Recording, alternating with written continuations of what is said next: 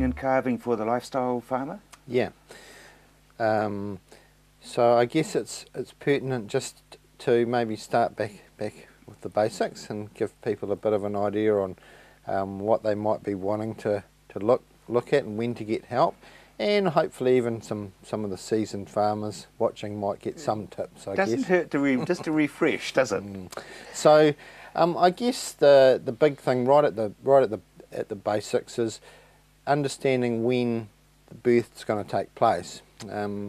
Still every year we're called to assist with lambings and calvings and things, and we get out there and actually it's not happening yet. So I guess it's important to start at the beginning. And so right sounds very logical, but obviously it's much easier if we know when the births are due. So to have a well managed and tight lambing or calving season is obviously going to help a lot to know that things are on the way and when they should be starting. And so of course that involves managing when the rams and the bulls go out and come back in and things like that. So I guess that goes without saying. So when the dam is about to give birth, the first thing they do, and both of the big species that we're talking about, sheep and cattle, they tend to separate themselves off from the mob. And usually they'll be found around the periphery of the paddock if they're set stocked in a paddock, and they'll move away from the mob and usually lie down in the periphery by the fence line. We used to say that the ewes were bagging up. In other words, they started to get an udder. Yep, and so that's a very important factor when we're looking at no babies. If we've lost lambs and we're wondering where the cause was. So we have this term dry dries and wet dries, which we may hear when we're talking about ewes. Dry dries are ewes that have lost their pregnancy very early and they never actually go into milk. And wet dries are animals that have lost their pregnancies later in the pregnancy, and in sort of the week to 10 days coming up to giving birth, they will get udder development and even produce milk. That's an important thing to note. Sometimes if we've got lots and lots of colostrum or early milk dripping from the udder, sometimes in valuable animals it's a good indication that maybe the colostrum should be supplemented to the newborn to give it immunity, because sometimes all those goodies have been lost before birth.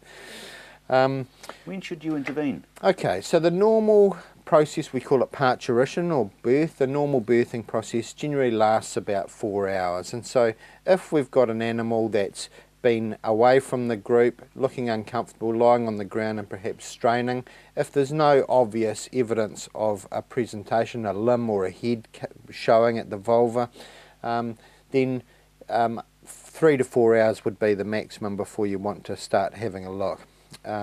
When you start having a look, the important thing is lubrication and cleanliness. So either gloving a hand or making sure that your hand's very well cleaned before and after, because we're both talking about the health of the animal itself if we're going into a body cavity to try and help, but also there's lots of diseases these days. We talked about salmonella just a couple of weeks ago, and that's one of many that can affect us as humans, and so cleanliness afterwards is very important for our own health's sake as well.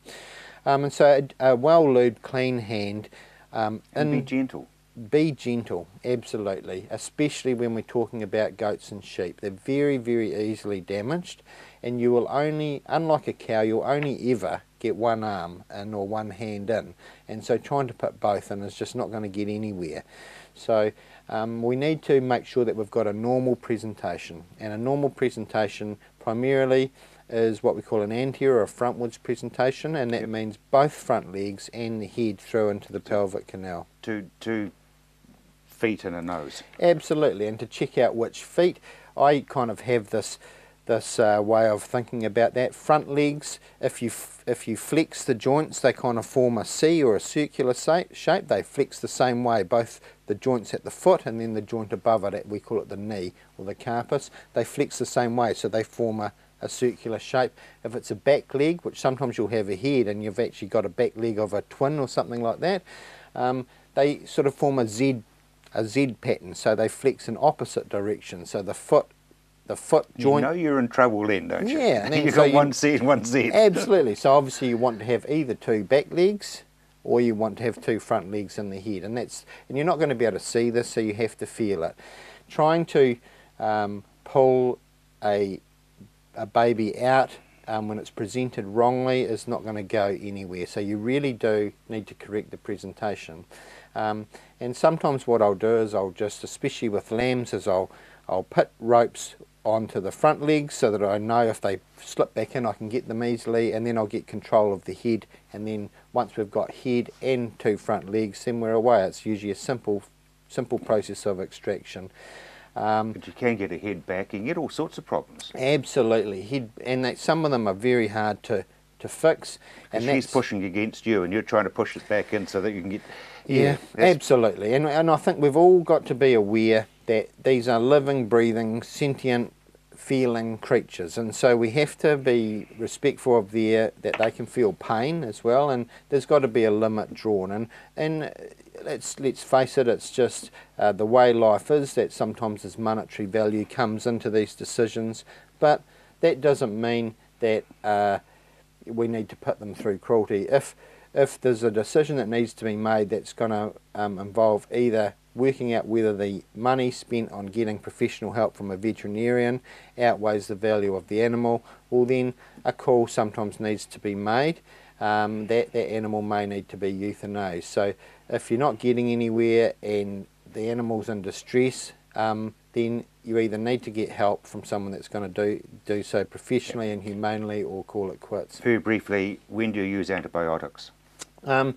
I typically will use antibiotics whenever there's been a prolonged or assisted birth, especially in the farm setting.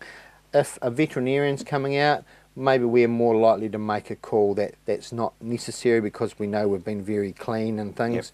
Yep. I guess in a farm setting, what's clean and sterile procedure for a farmer, although we want to do the best we can, sometimes isn't quite at the same level as someone like myself would exactly think is adequate. So most veterinarians would be fairly lenient in regard to making sure that antibiotics were available for that particular use anyway. So I think that would be my call on that. Nick, thank you very much indeed.